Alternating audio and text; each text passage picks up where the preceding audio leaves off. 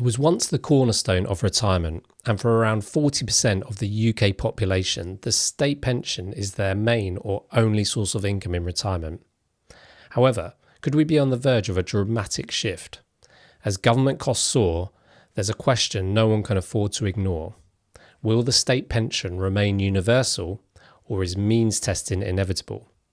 Could the government really reduce the amount of state pension you receive if you have other income and savings over a certain limit? With the pension system already costing taxpayers $125 billion a year, and that figure set to rise significantly in the coming decades, I fear the government may be forced to make tough decisions. The rising costs are unsustainable. By 2045, the number of pensioners is projected to skyrocket, and the state pension could even swallow a larger chunk of national spending. So, imagine a future where only those in the greatest need receive support, while others are left out. This is no longer just speculation. Countries like Australia and Ireland already test their state pensions. As the financial pressure mounts, political arguments for means testing grow louder. Could the UK follow suit? In this video, we'll explore how much the state pension is really costing us, what other countries have done to rein in their pension systems, and why means testing may no longer be a question of if, but when. My name's Carl. I'm a regulated practicing financial advisor and also help run an investment fund. Welcome to the channel. In these videos, I'm not giving advice, only guidance and topics for you to look into further and seek professional advice on if needed. The topics I usually cover are retirement planning, pensions, investments, minimising taxes, and protecting your wealth for the next generation.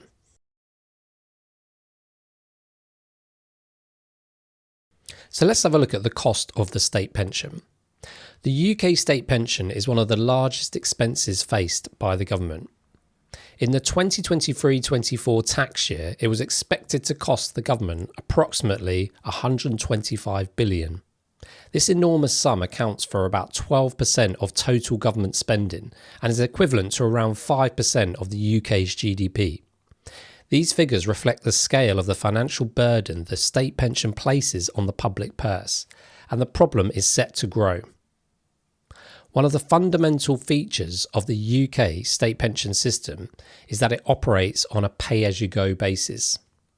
This means that the pensions paid to today's retirees are funded by taxes on today's workers, rather than from a dedicated savings pot that individuals contribute to over their working lives.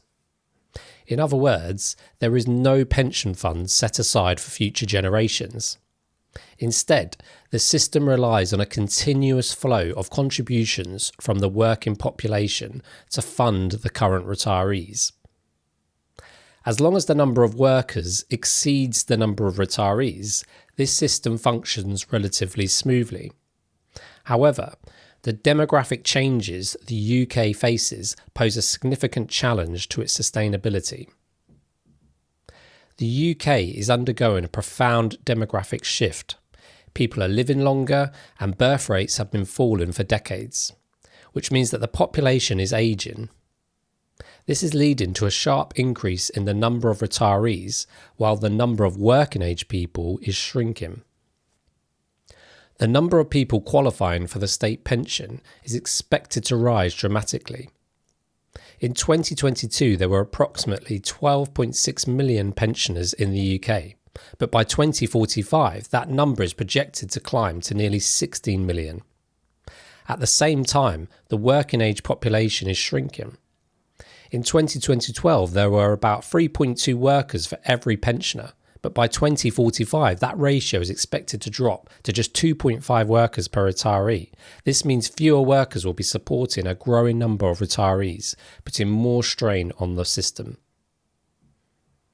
As the number of retirees increases and the worker-to-pension ratio declines, the cost of the state pension is projected to rise to nearly $150 billion by 2027-28.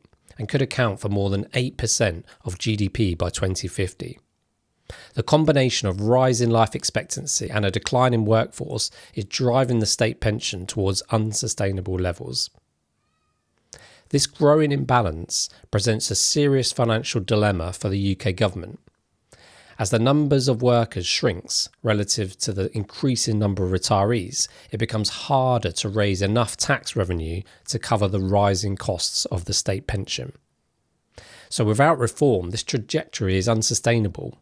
The UK will either need to increase taxes, cut other public services, raise the state pension age further, or potentially introduce means testing to reduce the number of people eligible for the full state pension. So let's look at what means testing the state pension would look like. If the UK government were to introduce means testing for the state pension, it would fundamentally change how the benefit is distributed, potentially limiting access for wealthier retirees while focusing support on those with lower incomes. Means testing would involve assessing a person's income, assets, or both to determine whether they qualify for the state pension or how much they should receive. Now, this could save the government billions by targeting pension payments more directly to those who need them most. But it would also be a significant departure from the current system where everyone who has made sufficient national insurance contributions qualifies. It's worth noting that the UK already has a form of means testing in place with pension credit, which is a benefit designed to top up the income of the poorest pensioners.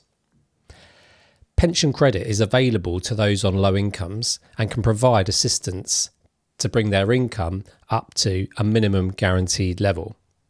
However, pension credit only targets the very lowest earners, and the basic state pension remains a universal benefit for everyone who qualifies based on contributions.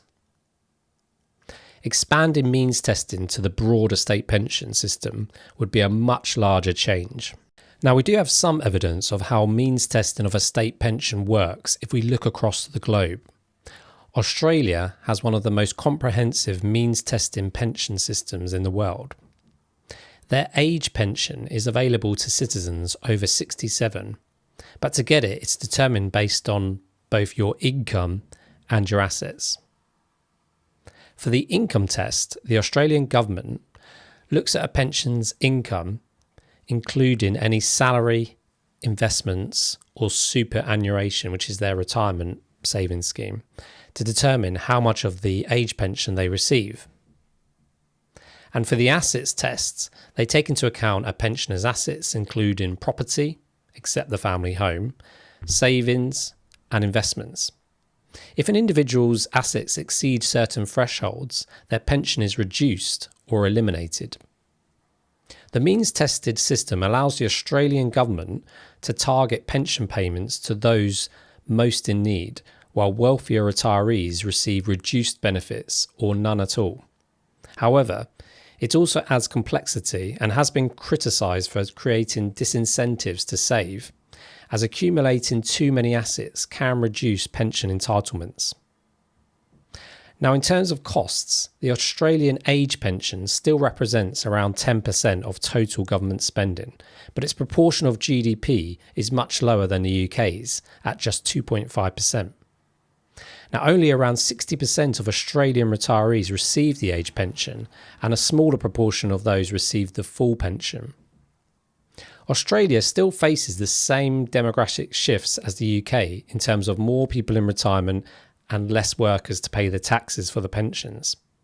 However, they have the levers in place through their means-tested age pension to control the level of spending. If the UK were to introduce a more comprehensive means-tested state pension, it could follow similar models, potentially assessing a person's income from other pensions, savings, or investments, and reducing or removing payments for wealthier individuals. This would make the system more financially sustainable, but would likely be controversial as it would represent a significant shift from the universal system that millions have relied upon and planned for. Now, there have been comments from key figures in and around government that means testing the state pension has been brought up in conversations. Sir Edward Troop, a former civil servant and advisor to Chancellor Rachel Reeves, has said that wealthy pensioners should be given up their full state pension. Now, the government have indicated that there are no plans to means test the state pension. If they were to one day means test the state pension, it would be incredibly difficult to implement, not to mention the political fallout. You only have to look at the backlash the current government received when they announced the means testing of the winter fuel payment. You would imagine there would probably need to be a large period of transition, protecting those that were already receiving the state pension and those that were close to it. This would then mean it would take many years before the country's finances saw any savings. The government that introduced means testing would take all the political hits and would see none of the rewards, and this would happen years later when a new government had likely taken over.